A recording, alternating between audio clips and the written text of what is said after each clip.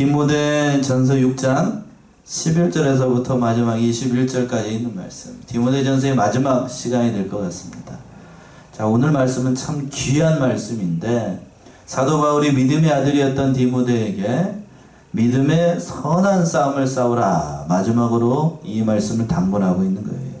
자, 오늘 제목 한번 따라서 해보시겠어요? 믿음의 선한 싸움을 싸우라. 믿음의 선한 싸움을 싸우라. 다시 한번요. 믿음의 선한 싸움을 싸우라. 믿음의 선한 싸움을 싸우라. 믿음의 어떤 싸움을 싸우라고요? 선한 싸움을 싸우라. 그러니까 이 말씀을 통해서 이제 사도 바울이 대제를 나눈다라고 하면 네 가지를 말씀하고 있는데, 첫 번째는 11절과 12절에서부터 이 믿음의 선한 싸움을 싸기 위해서 영생을 취하는 자가 되라 라고 했어요. 뭘 취하는 자가 되라고요? 영생을 취하는 자가 되라. 이거 11절과 12절의 말씀이고, 두 번째는 13절에서부터 16절까지 하나님의 명령을 지키라 라고 말씀하고 있습니다. 마지막으로 이제 세 번째는 뭔가 하면 이제 17절에서부터 19절까지 장래에 좋은 터를 쌓으라 라고 이게 권면하고 있습니다. 무슨 터를 쌓으라고요? 장래에 좋은 터를 쌓으라.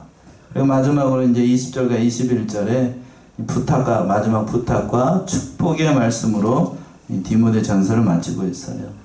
첫 번째 대지로 와서 영생을 취하라 라고 사도 바울이 믿음의 아들 디모데에게 권면하고 있는데, 참 11절의 말씀이 참 은혜롭습니다. 11절 보시면 오직 너 하나님의 사람아, 이것들을 피하고 이와 경건과 믿음과 사랑과 인내와 온유를 좇으며. 예.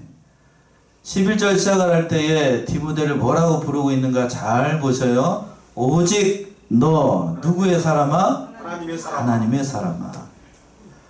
제가 오늘 이 말씀을 묵상하면서 참 은혜를 많이 받았어요. 오직 너 누구의 사람아? 하나님의 사람아. 하나님의 사람아.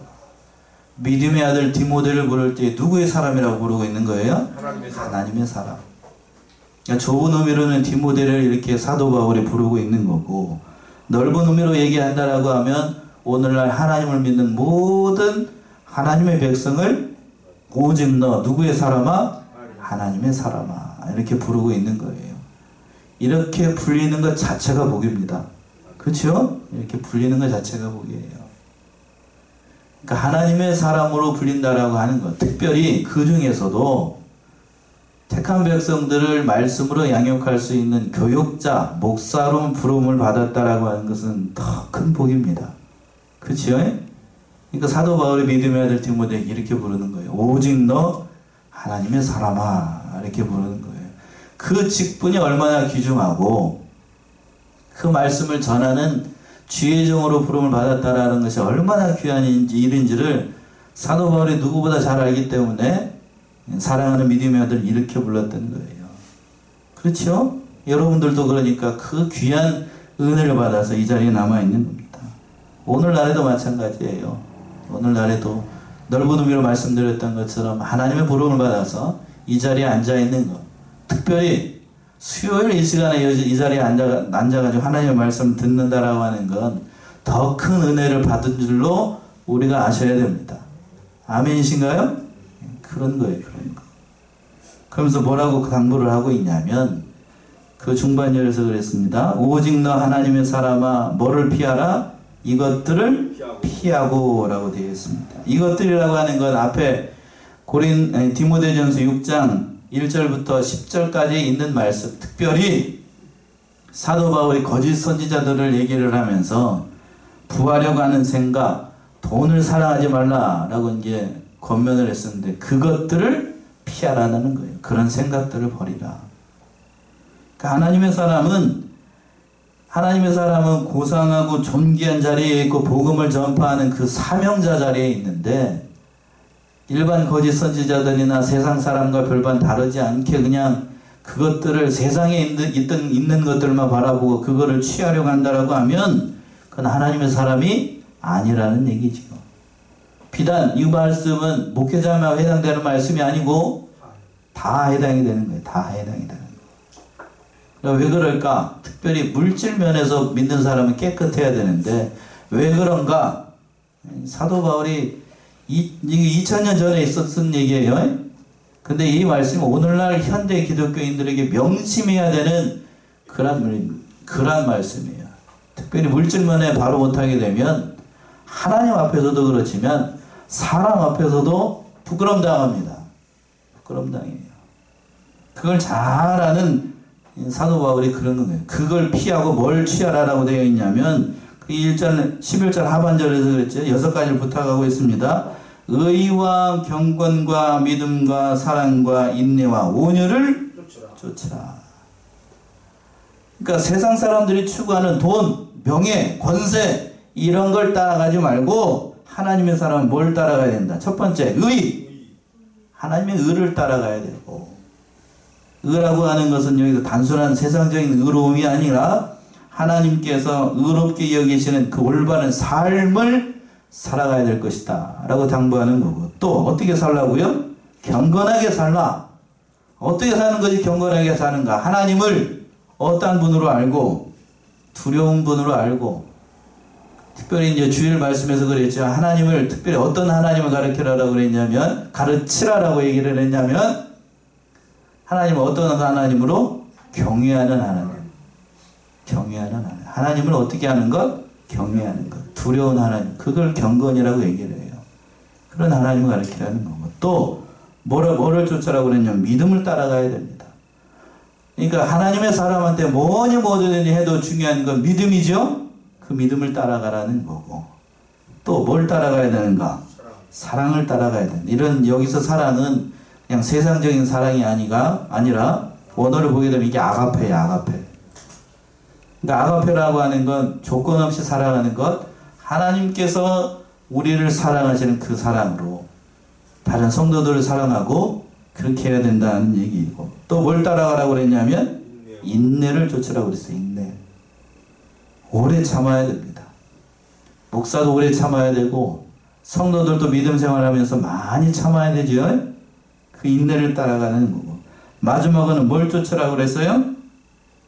온유를 쫓으라 라고 했어요. 온유, 인내하고 참 유사한 말인데, 인내는 복음을 전하면서 성도를 양육하는 면에서 그런 것을 참는 게 인내라고 하면, 온유한 거는 인내적인 상황을 넘어서 나에게 어려움을 주는 사람까지, 나에게 적대감을 가지고 달려드는 그런 사람까지 하나님의 마음을 품고 그리스도의 마음을 품고 잘 참는 마음의 태도를 온유라고 얘기를 합니다. 이러한 온유한 사람, 성경에서 보게 되면 대표적으로 구약에 한 사람이 나오지요. 누구지요? 민수기 12장 3절에 모세를 얘기를 하는, 찾아보세요. 민수기 12장 3절 어떻게 한다고 얘기했습니다. 민수기 12장 3절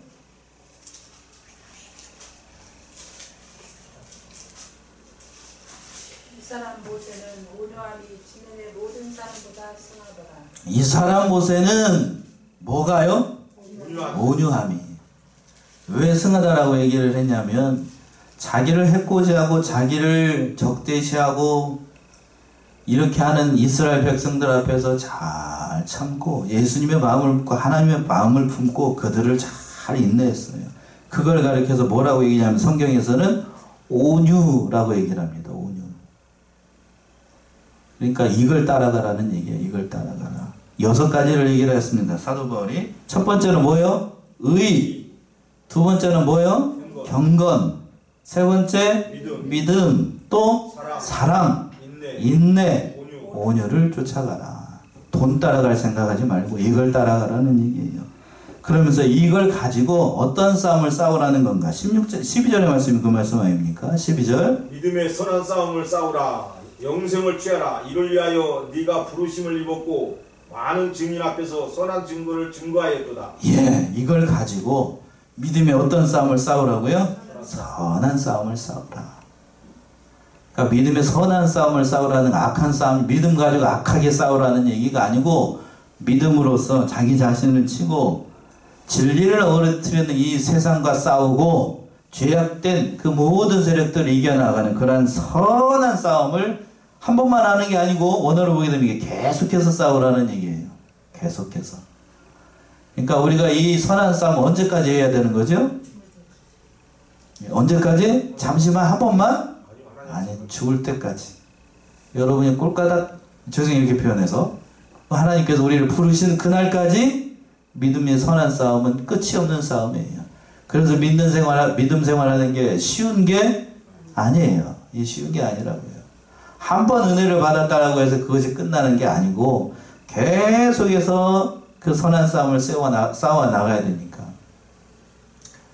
자, 우리가 숨 쉬는 것, 한 번 숨 쉬었으니까 한 10분 뒤에도 숨 안 쉬어도 되죠? 그럼 죽어요. 죽습니다. 죽어요. 밥 먹는 것도 오늘 아침에 먹었으니까 내일 아침은 안 먹어도 살지요? 하루 한 끼 안 먹는 건 살아요. 근데 계속 안 먹으면 어떻게 돼요? 죽는 것처럼 우리의 선한 싸움도 계속해서 싸워야 나가야 되면 영적인 의미로 우리의 영이 살아요. 영이 살아요. 믿음의 선한 싸움을 싸우지 않으면 우리 영이 어떻게 돼요? 죽어요. 죽어. 우리는 그런데 이거 날마다 죽어 있으니까 선한 싸움을 싸우지 않으면 죽는지 사는지 알 수가 없는데, 그러나 늘 우리는 진리 안에서 이런 선한 싸움을 잘 싸워나가라고 얘기했어요. 그래서 그 싸움을 해서 뭘 취하라라고 얘기를 하고 있냐면 영생을 취하라. 영생을 취하라. 그러니까 여기서 말하는 사도 바울이 얘기하는 그 영생이라고 하는 건, 우리가 장차 하나님께서 우리를 부르시게 되면 우리는 다 어디에 가죠? 천국에 갑니다. 하늘나라에 가야. 그 영생, 미래적인 영생을 얘기하는 하는 것인가 동시에 또 우리가 이 세상 살아가면서 어떤 싸움을 싸우면서 선한 싸움을 싸우면서 하나님의 사람으로 살아가는 것, 그것도 영생이에요. 지금 우리가 살아가는 것도 영생이라고요? 그런 인생의 길을 걸어가라는 얘기예요. 그런 인생의 길을. 그것을 위해서 뭐라고 그랬냐면 중반절에 이를 위하여 네가 뭐를 입었다고요? 부르심을 입었어요. 이걸 위해서. 그러니까 하나님의 사람, 또 특별히 또 목사로 부름을 받은 사람들이 이러한 선한 싸움을 싸우기 위해서 하나님으로부터 부름을 받았다는 사실을 제대로 알아야 이 세상에서 우리가 살아가는 이유와 목적이 뭔지를 바로 알게 되는 거예요. 그러니까 이 세상에서 우리가 살아가는 목적이 첫 번째는 누구를 영화롭게 하고 하나님을 영화롭게 하고, 두 번째는 뭘 세워나가고 진리를 세워나가고, 마지막으로는 영생을 취하는 것. 영생이라는 것은 곧 자기가 사는 거예요. 그러니까 세 가지를 얘기하는 거예요. 누구를 첫 번째 영화롭게 하는 거고 하나님을 영화롭게 하는 거고, 그게 인간이 살아가는 목적입니다. 두 번째는 뭐를 세워나가고 진리를 세워나가고, 마지막으로 세 번째는 누구를 살려나가는 것? 자기를 살려나가는 자기 영. 이것이 인간이 살아가는 목적이라고요. 그냥 그 사실을 위해서 우리가 부르심을 받은 줄로 알고 날마다 새로워지는 역사가 바로 디모데에게, 사랑하는 믿음의 아들 디모데에게 있기를 부른다라고 생각을 하면서, 네가 이것을 위해서 뭘 입었다고요? 부르심을 입었다. 이걸 위해서 마지막으로 이제 하반절에서 보면 12절 하반절에서 보면 그렇게 되어 있죠. 많은 증인 앞에서 선한 증거를 증거하였다. 이 선한 싸움을 싸우고 승리하는 걸 모든 사람들 앞에서 네가 이미 증거하였고 그렇게 살기로 고백했다는 얘기예요. 우리가 이렇게 험악한 이 세상에서 예수 그리스도를 믿는 하나님의 백성으로 살아간다라고 하는 건 그렇게 만만하지 않아요. 이게 쉬운 일이 아니라고요. 자, 지금 우리는 예수 믿어도 세상 사람들도 핍박을 받거나 괴로움을 당하거나 생명의 위협을 받지는 않습니다. 그렇죠? 내가 예수 믿는다고 해서 옆에 사람이 나를 죽이려고 들지는 않잖아, 요즘 세상은. 그런데 사도 바울 시대, 디모데 시대 때에는, 초대교회 때에는 예수를 믿는다는 것이 뭐를 담보로 했냐면, 뭘 담보로? 죽음을 담보로 했어요. 오늘날에는 그렇게 그렇게 예수 믿으면서 죽을 생명을 담보로 믿으라고 그러면 아마 안 믿을 사람이 대부분일걸요? 안 믿는다고 할 겁니다. 안 믿는다고 할 사람들이 대부분이에요. 그런데 그것이 하나님의 사람의 마땅한 도리이고 주의 종의 마땅한 도리라고 하는 거예요. 그걸 디모데가 모든 사람들 앞에서 공개적으로 증거했다는 얘기입니다. 그러니까 주일에도 사경의 시간에 은혜 받았던 얘기를 제가 말씀드렸던 것처럼 어느 목사님이 그렇게 얘기하시더라고요. 우리는 하나님의 백성인 것을 믿으십니까? 여러분도 믿으시나요? 하나님의 백성이라고 하면 하나님께서 우리에게 요구하시는 게 있을까요? 없을까요? 있어요. 마땅히 있습니다. 하나님께서 요구하시는 게 뭘까? 세 가지를 얘기하시더라고요. 신앙의 ABCD. 첫 번째 믿는 사람이라고 하면 첫 번째 주일 성소 잘해야 됩니다. 맞지요? 십계명의 말씀이잖아요. 그리고 또 두 번째 물질면에서 바로 하는 거. 무슨 생활을 잘해야 되고? 11조 생활 잘해야 됩니다.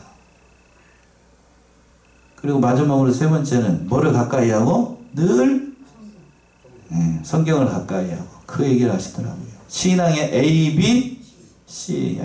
이것도 하지 않으면서 하나님의 백성이다 라고 주장하는 건 그건 말도 안 되는 얘기입니다. 그치요? 말씀을 듣는 거 잘 지켜나가는 거. 그걸 하지 않으면서 내가 하나님 백성이라고 벅달라고 하는 건 그건 말이 안 된다는 얘기예요. 그런데 현대 그리스도인들 보게 되면 신앙의 ABCD 안 하는 사람들 많이 있습니다. 온전한 주일 성수 안 하는 사람들 많아요. 물질면에서 바로 하는 것 안 하는 사람들 많고, 그리고 하나님의 말씀 잘 지키고 말씀대로 순종해 나가는 것 안 하는 사람들 많아요. 그치요? 그러면서 내가 하나님의 백성이다 라고 얘기하라는 건 그건 하나님의 백성이 아니라고 하는 거예요. 아니라고 하는 거예요. 그리고 두 번째 돌아오게 되면, 본문의 말씀으로 돌아가게 되면 그 말씀을 지키라는 거예요. 그 말씀을. 명령을 지키라. 13절 보시면 13절. 만물을 살게 하신 하나님 앞과 본디오 빌라도를 향하여 선한 증거로 증거하신 그리스도 예수 앞에서 내가 너를 명하노니. 예. 만물을 살게 하신 하나님 앞과 누구 앞에서? 본디오 빌라도를 향하여 선한 증거로 증거하신 누구 앞에서요? 그리스도 예수 앞에서 내가 너를 명하노니. 자, 여기서 두 명의 증인을 세워가지고 사도 바울이 믿음의 아들 디모데에게 이렇게 명령을 하는 겁니다. 첫 번째는 하나님 앞에서, 두 번째는 또 누구 앞에서? 예수 그리스도 앞에서. 근데 예수 그리스도 앞에서라고 했는데 길게 설명을 하고 있어요. 본디오 빌라도 앞에서 선한 증거를 한 그리스도 예수 앞에서. 이렇게 얘기를 하고 있어요. 본디오 빌라도 앞에서 예수님께서 어떠한 분인가를 다 증거를 했거든요. 그러니까 그 예수님 앞에서 내가 너희를 명한다. 내가 너에게 명한다. 그 진리의 말씀대로 어떠한 일이 있다 할지라도 예수님께서 본디오 빌라도 앞에서 자신의 모든 것을 다 드러내서 진리를 바로 증거해 나갔던 것처럼 두려워하지 말고, 디모데 너도 그러한 많은 대적들 앞에서 결코 두려워하거나 낙심하거나 좌절하지 말고 생명을 무릅쓰고서라도 그 믿음의 길을 지켜 나아가라 라고 얘기를 하고 있는 거예요. 앞에서도 언급한 것처럼 우리가 하나님 백성으로 살아간다라고 하는 건 과거에는 뭐를 담보로 해서 믿었다고요? 죽음을 담보로 해서. 종교개혁 시대 때도 그렇고, 우리가 처음 대한민국에 복음이 들어올 때에도 믿음의 선진들 1세대들 같은 경우에 죽음을 담보로 했습니다. 예수 믿는 사람이다 라고 하게 되면, 그게 들키게 되면 잘못하면 다 죽어요. 공산당 앞에서도 예수 믿는 사람이라고 하면 잘못하면 죽었고, 신사참배를 거부하다가 죽는 사람들도 많았습니다. 그런데 오늘날에는 그렇게 되지 않으니까, 그래서 그런지 모르겠지만 우리의 믿음이 영 그런 것 같아요. 그러니까 그런 자들 앞에서 결코 두려워하지 말고 하나님의 믿는 믿음을 잘 지켜나가라는 얘기입니다. 에스겔 2장으로 한번 가보세요. 에스겔 2장 5절에서부터 7절. 하나님께서 에스겔한테 이렇게 얘기를 했습니다. 에스겔 2장 5절에서부터 7절. 그들은 폐역한 족속이라 듣든지 아니 듣든지 그들 가운데 선지자 있은 줄은 알지니라. 인자야 너는 비록 가시와 찔레와 함께 처하며 정말 가운데 거할지라도 그들을 두려워 말고 그 말을 두려워 말지어다. 그들은 폐역한 족속이라도 그 말을 두려워 말며 그 얼굴을 무서워 말지어다. 그들은 심히 폐역한 자라 듣든지 아니 듣든지 너는 내 말로 구할지어다. 예. 하나님께서 에스겔을 부르시면서 그 사명을 주시면서 말씀을 전하는 사명을 주시면서 뭐라고 얘기를 하셨냐면, 그들은 패역한 족속이라 라고 얘기를 하시면서 뭐라고 그랬냐면 듣든지 아니 듣든지 그들 가운데 선지자 있는 줄을 알게 하라. 네가 선지자로 세움을 받을 때에 말씀을 전할 때 그들이 듣든지 아니 듣든지 그 사람 보지 말고 내가 하는 말을 하라는 얘기예요. 그러면서 뭐라고 그랬냐면 6절에 인자야 너는 비록 가시와 찔레와 함께 거하며 전갈 가운데 거할지라도 그들을 뭐하지 말라? 두려워 말라. 말씀을 전할 때에 그 환경 바라보지 말라는 얘기예요. 네가 죽을 것 같고 고통스러운 상황에 놓인다 할지라도 두려워 말고 그 말을 그들이 무슨 말을 하든지 그들을 두려워하지 말고 그들은 패약한 족속이라는 사실을 믿고 하나님을 바라보고 어떠한 일이든지 그 얼굴을 또 두려워하지 말라고 그랬어요. 계속해서 그랬죠. 그 말을 두려워 말며 그 얼굴을 무서워하지 말지어다. 그들은 심히 패역한 자라. 듣든지 아니 듣든지 너는 내 말을 구하라. 내 말을 하라는 거예요.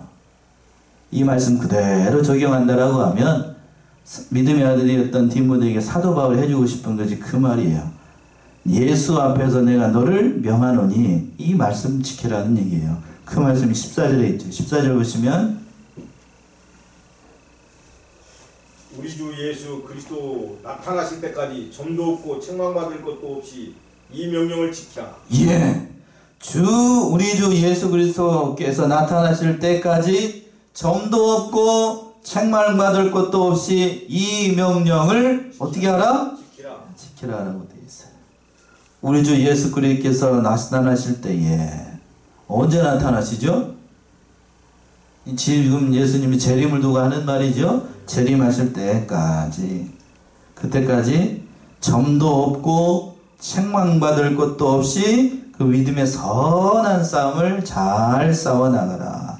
그리고 이 명령을 잘 지켜나가라 라고 말씀하고 있어요. 그러니까 하나님의 보호하심을 바라보고 하나님께서 함께 하심을 바라보고 그 명령이 지키기가 쉽든지 어렵든지 그 명령을 잘 지켜나가라고 당부하고 있어요. 또 15절 보시면 15절 기약이 이르면 하나님이 그의 나타나심을 보이시리니 하나님은 복되시고 홀로 한 분이신 능하신 자이며 만왕의 왕이시며 만주의 주시오. 예, 기약이 이르면 하나님이 그의 나타나심을 보이시리니 하나님이 정하신 때가 되면 하나님이 인정하시는 때가 되면 옳다 하는 그러한 때가 되면 하나님의 권고가 임하게 된다는 얘기죠. 그리고 이거는 특별히 예수님의 재림을 두고 사도 바울이 이렇게 말씀하는 거예요. 하나님께서 재림하시게 되면 그 모든 일들을 다 보여주게 될 거니 그 예수님 하나님 바라보고 그 믿음의 길을 걸어가라 라고 하면서 그 하나님에 대해서 지금 그 15절 하반절과 16절에 대해서 이제 하나님에 대해서 얘기를 하는 거예요. 참 여기서도 사도 바울의 신학적인 깊이 하나님을 깨달은 면이 남다르다는 사실을 우리가 잘 알 수 있습니다. 하나님에 대해서 어떻게 얘기를 하는 거 잘 보셔요. 자, 15절 하반절에서 보시면 하나님은 첫 번째 어떻게 되시고 복되시고 또 홀로 한 분이신 능하신 자이며 만왕의 왕이시며 만주의 주가 되신다. 첫 번째 하나님의 속성을 얘기를 할 때 하나님은 어떠한 분으로 소개하고 있어요? 복 주시는 하나님으로 소개를 하고 있어요. 그러니까 하나님 자체가 이미 복이고 복의 근원이 되시는데 그 하나님을 영접하는 자는 영생을 얻게 되니 사람이 다른 세상적인 복을 받는다, 많은 복을 물질의 복을 받았다라고 할지라도 그 영혼이 결국 죽어가지고 지옥 간다라고 하면 그 복받은 인생인가요? 아니죠. 그러니까 하나님께서 그 영생의 복을 주셔가지고 하나님을 아는 백성으로 삼아주신 것, 특별히 하나님의 사람으로 불러서 하나님의 백성으로 삼아주신 그 자체가 복이고 그 하나님에 대해서 계속 얘기를 하고 있는 거. 홀로 한 분이시고 능하신 자이고 또 만왕의 왕이 되시고 만주의 주가 되시는 그런 하나님으로 소개를 하고 있습니다. 또 16절 보시면 하나님에 대해서 얘기하기를 16절 오직 그에게만 죽지 아니함이 있고 가까이 가지 못할 빛에 거하시고 아무 사람도 보지 못하였고 또 볼 수 없는 지신이 그에게 존귀와 영원한 능력을 돌릴지어다. 아멘. 예, 오직 그에게만 모함이 없고 죽지 아니함이 없습니다. 그러니까 하나님은 죽을 수 없는 분이에요. 뭐 할 수 없는 분이라고요? 죽을 수 없어요. 완전하신 분이시기 때문에. 그리고 또 뭐라고 그랬냐면 하나님은 가까이 하지 못할 어디 가운데 가시고 빛 가십니다. 하나님 자체가 빛이시고 또 그 빛 가운데 거하시기 때문에 너무 거룩하신 분이라서 인간이 그 하나님 앞에 가게 되면 다 죽어요. 다 죽어. 그걸 감당을 할 수가 없어요. 감당을 할 수가 없습니다. 이걸 목사님들, 신학자들이 설명을 할 때에 태양을 가지고 설명을 합니다만 조금은 이해가 돼요. 태양 앞에 낮에 태양이 뜨잖아요. 태양 앞에 다른 빛이라고 하는 존재들이 태양 앞에 가게 되면 다 어떻게 되죠? 태양 앞에다가 이 전구불을 갖다 놓거나 태양 앞에 촛불을 갖다 놓거나 태양 앞에 뭘 갖다 놓으면 다 어떻게 되죠? 다 타버려요. 다 타버린다고. 그것처럼 하나님은 그 태양을 만드신 분이에요. 그러니까 하나님 앞에다 태양을 갖다 놓으면 태양이 어떻게 될까요? 잘 감동이 안 오시죠? 감동이 안 와. 그 태양도 하나님 앞에서는 사라져버려요. 사라져버려요. 그런 거룩한 분인데 피조물 된 인간이 하나님을 정면으로 봤다. 감당이 될까요? 그걸? 감당이 안 돼요. 감당이 안 돼요. 그렇게 표현을 한 거예요. 그 깨달은 만큼 하나님을 보이게 되는데 그런데 하나님을 가까이 할 수가 없어요. 근데 가까이 할 수 있는 방법이 딱 한 가지가 있죠. 누구를 믿는 것? 하나님 믿는 거 말고 하나님 바로 믿을 수가 없죠. 우리가 누구를 믿어서? 예수를 믿어서 누구에게 갈 수 있어요? 하나님 앞에 갈 수 있어요.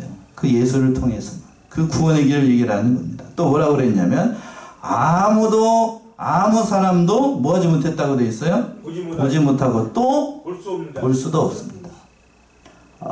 목사님 구약 성경에 보게 되면 하나님이 뭐 나타나시기도 하고 또 모세는 뒷모습도 본 것 같은데요. 이렇게 얘기하면 그건 아닙니다. 감당을 할 수 없다고 그랬어요. 출애굽기 33장 22절과 23절에 그랬는데 나를 정면으로 내 얼굴을 보고서 감당할 수 있는 사람이 없다고 그랬습니다. 그러면서 바위 틈에다가 모세를 딱 놓고 난 다음에 바위 틈에다가 모세를 딱 놨죠. 너 여기 있어. 하나님의 손으로 그걸 샥 감싸고 지나고 난 다음에 하나님은 어디만 봤어요? 뒷모습만 봤어요. 뒷모습만 볼 수 있게끔. 지나가실 때에도 하나님이 지나가실 때 모세가 거기 있다는 걸 가만히 놔두면 모세가 그 감당을 할 수 없으니까 하나님께서 모세를 바위 틈 속에다 놓고 말도 잘 안 나오네. 놓고 손으로 감싸고 난 다음에 샥 지나가고 난 다음에 손을 딱 떼고 뒷모습만 살짝 보여주셨어. 그러니까 하나님이 어떻게 생겼는지 모세도 제대로 본 게 아니에요. 영광만 바라본 거예요. 영광만. 하나님의 영광만. 그러나 우리는 예수를 믿게 되면 장차 올라가는 천국에서 하나님의 진 모습을 보게 됩니다. 그때 입단속을 잘해야 된대요. 입단속. 뭔 단속? 입단속. 왜? 하나님의 진 모습을 보게 되면 입이 딱 벌어져 가지고 입이 다물어지질 않는데 그렇겠죠. 얼마나 대단한 모습이겠어요. 자, 그리고 그 하나님께 뭘 돌릴지어다? 존귀와 영광과 영원한 능력을 돌릴지어다. 이렇게 하나님에 대해서 얘기를 하고 난 다음에 자, 여기까지 하고 두 번째고 마지막 네 번째 대지는 이제 17절에 나와 있는데 장래에 좋은 터를 쌓으라고 이제 사도 바울이 당부하고 있습니다. 빨리 갑시다. 17절. 너희가 이 세대에 부한 자들을 명하여 마음을 높이지 말고 정함이 없는 재물에 소망을 두지 말고 오직 우리에게 모든 것을 후히 주사 누리게 하시는 하나님께 두며. 예. 17절 시작을 할 때 그랬습니다. 내가 이 세대의 부한 자들을 명하여 마음을 뭐하지 말고 높이지 말고 정함이 없는 재물에 뭐를 두지 말고 소망을 두지 말라. 이 세대의 부한 자들에게 명하여서 그 마음을 높이지 말라. 물질적으로나 영적으로나 또 다른 세상적인 것으로 많은 사람은 뭐 해지기 쉽냐면 교만해지기 참 쉽습니다.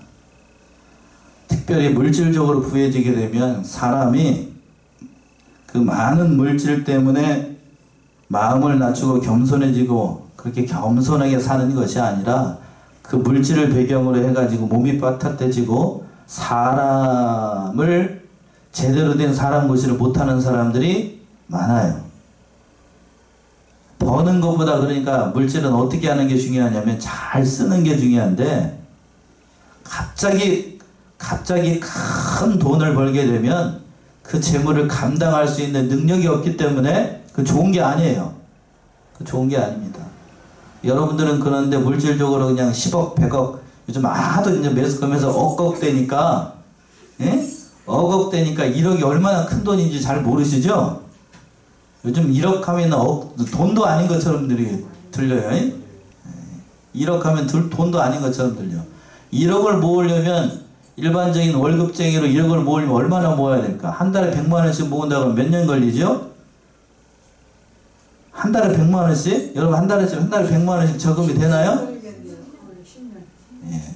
10년 모아야 1억이 모여요. 예? 거긴데 10억 그러니까 10억도 요즘 돈 같지도 않대? 예? 10억도 돈 같지도 않아. 10억은 거기에다가 몇 년 모아야 돼요? 1억 모으는 사람이 10년 걸리니까 100년 걸려요. 100년.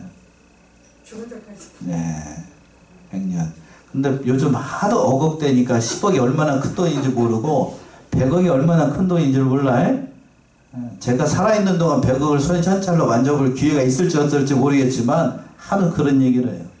근데 이제 요즘 하도 매스컴에서 떠드는 사람이 있어가지고 제가 갑자기 생각이 나가지고 그 얘기를 드리는 거예요. 그런 세상의 재물은 모함이 없다고 되어 있습니다. 본문의 말씀에서 정함이 없는 재물이라 정함이 없어요. 정함이 없다는 얘기는 재물에 거기를 두게 되면 소망이 없다는 얘기입니다. 잠언 23장을 한번 가보세요. 잠언 23장 4절과 5절. 잠언 23장 4절과 5절.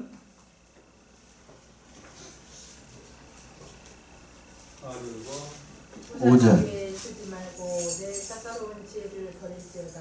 내가 어찌 험한 것에 주목하겠느냐. 성령이 재물은 날개를 내어 하늘에 나는 독수리처럼 날아가리라. 예, 참 기가 막히게 표현을 했는데 부자 되기에 뭐하지 말고 애쓰지 말고 내 사사로운 지혜를 뭐할지어다 버릴지어다. 거기다 밑줄 좀 한번 걸어오셔. 부자 되기를 힘쓰지 말고 내 뭐한 지혜를 버리라? 사사로운 지혜를 버리라. 사사로운 지혜를 버리라. 그러면서 5절에 내가 어찌 허무한 것에 주목하겠느냐. 정령의 재물은 날개를 내어 하늘에 있는 뭐처럼 날아가요? 독수리처럼 날아갑니다. 그러니까 사사로운 지혜로 물질을 부유해지려고 하게 되면 그 사사로운 지혜가 누구의 발등을 찍기 쉽냐면 누구 발등을 찍어요? 자기 발등 찍습니다. 자기 발등을 찍어요. 제가 말씀을 안 드리려고 그랬는데 요즘 매스컴에 나오는 김모 국회의원이 있어요.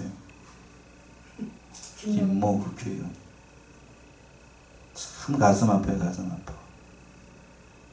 그러니까 그 사람 보게 되면 뭔 지혜를 발휘한 것 같은가. 제가 평가를 할 때 오늘 말씀을 저기 하면서 지금 집사람이 빤히 째려보고 있는데 뭔 지혜를 동원한 것 같아요? 사사로운 지혜를. 사사로운 지혜. 그러니까 그 재물이 결국은 자기 발등을 찍어가지고 모든 사람들 앞에서 다 부끄러움 당해요. 같은 당에 있는 심지어 자기를 편들었던 그런 사람들 지금 다 동들렸어. 지금 다 동들렸다. 그렇게 하게 되면 그 사람 앞에서 부끄러운 일을 당하게 되는 거예요. 사람 앞에서. 제가 봤을 때 그 사람 정치 생명 끝났어요. 끝났어. 어떻게 하지 않았기 때문에요? 부활에는 그 마음 때문에. 참 안타까워요. 안타까워. 자, 우리는 그런 사람들 되지 말고 어디에 소망을 둬야 되는가? 17절 하반절에서 그랬죠? 오직 우리 모든 것을 후히 주사 누리게 하시는 누구에게 두고? 하나님께 둬야 돼. 하나님께 둬야 돼. 세상 재물이나 그런 것에 마음을 두게 되면 결국에는 망하는 길로 갈 수밖에 없어요. 망하는 길로. 자, 18절 19절 돌아가서 18절 19절 선한 일을 행하고 선한 사업에 부하고 나눠주기를 좋아하며 동정하는 자가 되게 하라. 이것이 장래에 자기를 위하여 좋은 터를 쌓아 참된 생명을 취하는 것이니라. 예, 뭐한 일을 하게 되고 하나님 백성에 대해서 얘기를 하고 있죠. 선한 일을 행하고 선한 사업에 부하고 나눠지기를 좋아하고 동정하는 자가 되게 하라. 이것이 장래에 자기를 위하여 무슨 터를 쌓아요? 좋은 터를 쌓습니다. 자, 그리고 난 다음에 참된 생명을 취하게끔 만들어요. 말씀대로 하게 되면 살 길이 열립니다. 근데 말씀대로 하지 않으니까 사람 앞에서도 부끄럽고 하나님 앞에서는 1차적으로 부끄럽고 사람 앞에서도 부끄러워요. 결국 자기를 지지했던 모든 사람들이 등 떨리고 돌아가게 되면 말씀에 물질면에 바로 하지 못하게 되면 그런 부끄러운 자리가 빠지게 되는 거예요. 우리는 그러니까 이 사실을 보면서도 우리는 뭘 깨달아야 돼요? 하나님의 말씀을 깨달아야 됩니다. 말씀을 깨달아야 돼요. 자, 마지막으로 20절과 21절 보시면 마지막으로 부탁하고 있습니다. 그러면서 20절 보시면 디모데야, 내게 부탁한 것을 지키고 거짓도 일컫는 지식에 망령되고 허한 말과 변론을 피하라. 21절 이것을 쫓는 사람들이 있어 믿음에서 벗어났느니라. 은혜가 너희와 함께 있을지어다. 예, 마지막으로 사도 바울이 당부하기를 디모데야, 내게 부탁한 것을 지키고 거짓되이 일컫는 지식에 망령되고 허탄한 면과 변론을 피하라. 이런 사람들 쫓아가지 말라는 얘기죠. 이런 사람들 쫓아가지 말고 결국 그것을 쫓아가는 사람들이 어떻게 되는가? 21절이요. 이것을 쫓는 사람들이 있어 믿음에서 어떻게 됐느니라? 벗어났어요.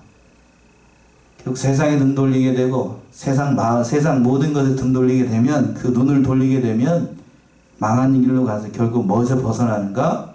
믿음을 떠나게 돼요. 그런 자가 되지 말라. 사도 바울이 이 성경을 2000년 전에 썼습니다. 그런데 그 말씀 그대로 지금 이루어지고 있잖아요. 그러니까 우리가 이 살 길은 오직 무엇대로 살아가는 길뿐이다? 말씀대로 살아가는 것뿐이다. 오늘 말씀의 제목처럼 무슨 싸움을 잘 싸워나가자고요? 선한 싸움을 잘 싸워나가서 그 진리를 사수해 나가는 사랑하시는 성안의 성도님들 모두가 되시기 바랍니다.